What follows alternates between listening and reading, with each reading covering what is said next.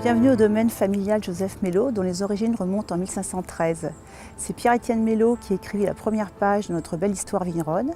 Puis en 1698, on retrouve César Melot qui fut conseiller du roi sous Louis XIV dans le choix de ses vins. Et depuis, de génération en génération, les Melot sont transmis un savoir-faire unique, toujours avec la même passion, élaborer des grands vins de Sancerre. Et puis au fil des années, notre famille a voulu développer un domaine dans les appellations voisines. C'est ainsi que nous avons un vignoble en Pouilly-Fumé, en Côte-du-Génois, en Maine-Tout-Salon, en Quincy et en Reuilly. Nous pouvons mettre en évidence toutes les grandes qualités du Sauvignon sur les différents terroirs que nous rencontrons dans cette belle région.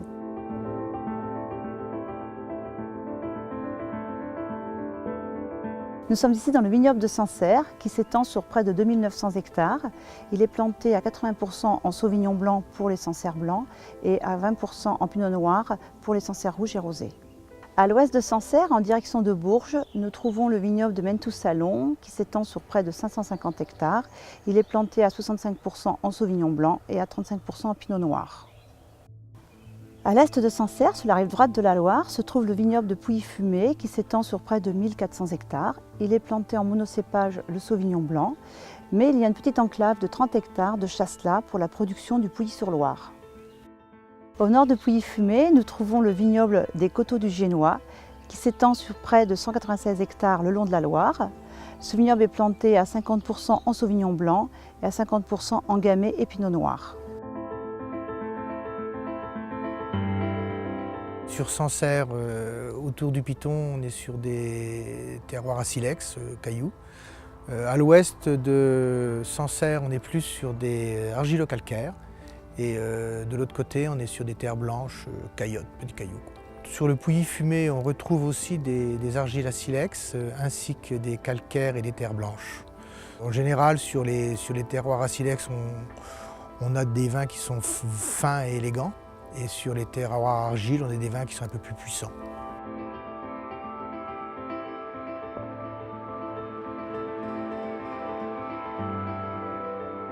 Quincy et Reuilly sont de petits vignobles de Val-de-Loire. Quincy est une appellation qui s'étend sur 260 hectares répartis sur 2 communes, Quincy et Brinet, où il y a une trentaine de vignerons. C'est une appellation monocépage, plantée exclusivement en Sauvignon blanc. Quincy a été la première appellation du Val-de-Loire à obtenir son AOC en 1936. Car l'origine du Sauvignon en France et dans le monde se trouve aux alentours de Quincy. Il fut apporté en fait par les moines de l'ordre de Cîteaux à l'abbaye des Femmes de Beauvoir.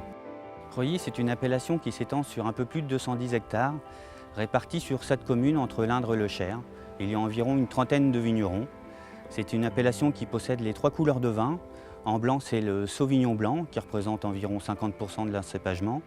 En rouge, le Pinot noir qui représente 30%. Et un rosé, c'est le Pinot gris, qui fait la particularité et la typicité des vins de Reuilly. Sur les vignobles de Quincy-Reuilly, qui sont sur le bord du Cher et de l'Arnon, on est plus sur des sables graveleux ou des sables argileux pour le Quincy et des argiles calcaires ou des marnes pour le Reuilly. Donc sur les sables, on retrouve des vins fins et fruités et sur les argiles un peu plus charnus.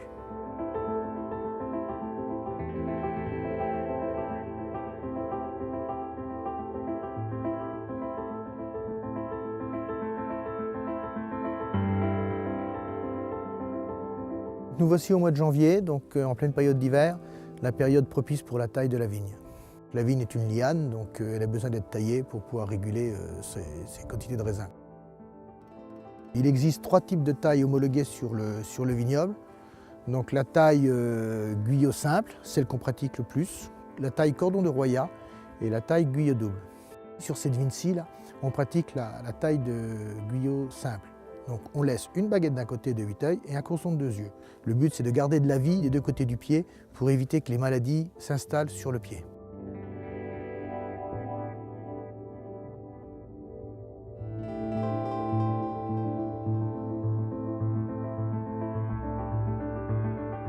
Les vignobles Joseph Melot ont obtenu la certification agriculture raisonnée. Ils se sont engagés à respecter le cahier des charges, à travailler les vignes dans le respect du terroir et de l'environnement. Tout ça sous base d'observation. On observe avant d'intervenir. Le travail du sol peut être soit en profondeur, donc aérer les sols permet de favoriser l'enracinement et la vie microbienne, ou plus superficiel, ce qui équivaut à un désherbage mécanique, donc de lutter contre les mauvaises herbes. Il y a aussi des vignes enherbées. L'enherbement évite le ravinement et aussi permet d'avoir un peu de concurrence pour la vigne sur les vignes trop vigoureuses.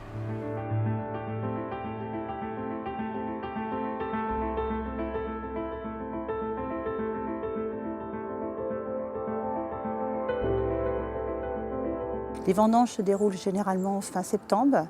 Nous vendangeons une partie à la main, une partie à la machine. Ça fait très longtemps que nous suivons la machine à vendanger, depuis les années 90. Donc nous avons appris à savoir mener notre vignoble pour que la machine rende un très beau travail. Les vendangeurs à main interviennent souvent pour des parcelles plus délicates, pour les vendanges des pinots noirs.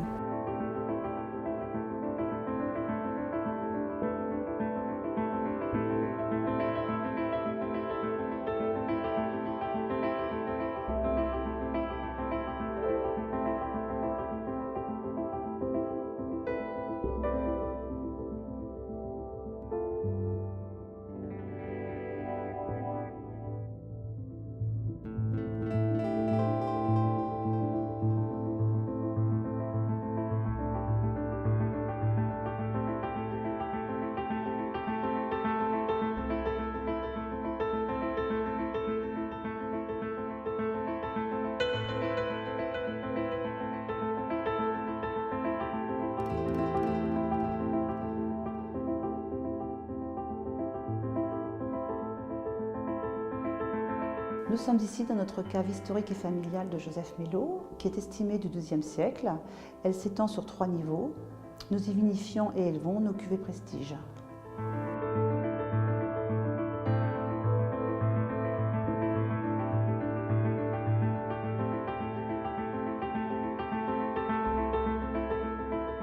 Nous apportons un soin tout particulier pour le choix des bois de nos barriques. Celles-ci sont fabriquées à partir de chênes provenant de nos forêts régionales, à savoir la forêt des Bertranges, située près de la Charité-sur-Loire, et les forêts d'Allogny et de Saint-Palais, situées dans le Cher. Nous travaillons en étroite collaboration avec des tonneliers de la région pour adapter les chauffes à nos cuvées. Pour le Sauvignon, nous privilégions des chauffes moyennes à moyennes légères et pour le Pinot Noir, des chauffes moyennes à moyennes plus.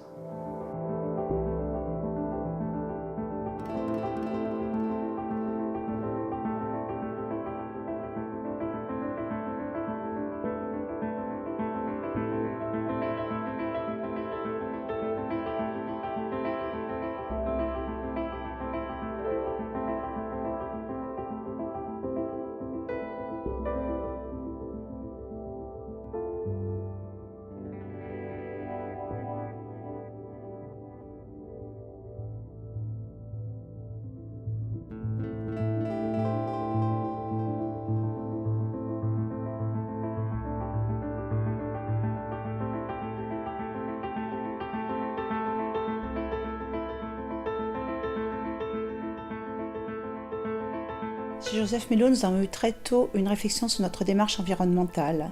En 2009, nous obtenions la certification d'ISO 14001. Nous étions le premier domaine du Centre-Loire à recevoir cette certification. Et en 2010, c'est la qualification d'agriculture raisonnée que nous obtenions pour nos travaux dans les vignes.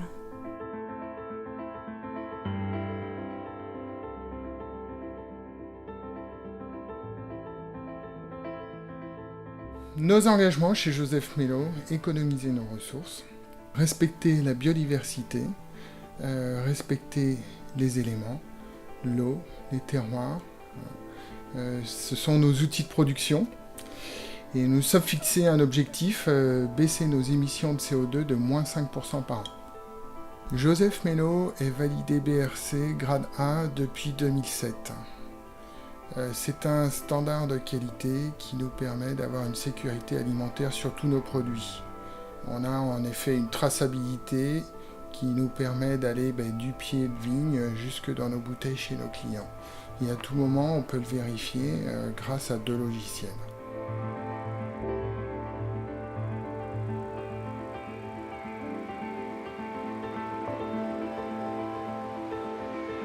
Notre philosophie dans la famille est de produire des vins authentiques, des vins de plaisir que nous souhaitons partager avec les grands amateurs. C'est une belle richesse puisque nous pouvons mettre en évidence le Sauvignon sur chacun des terroirs de cette belle région et ainsi avoir un beau partage de notre savoir-faire que nous exportons dans près de 40 pays dans le monde.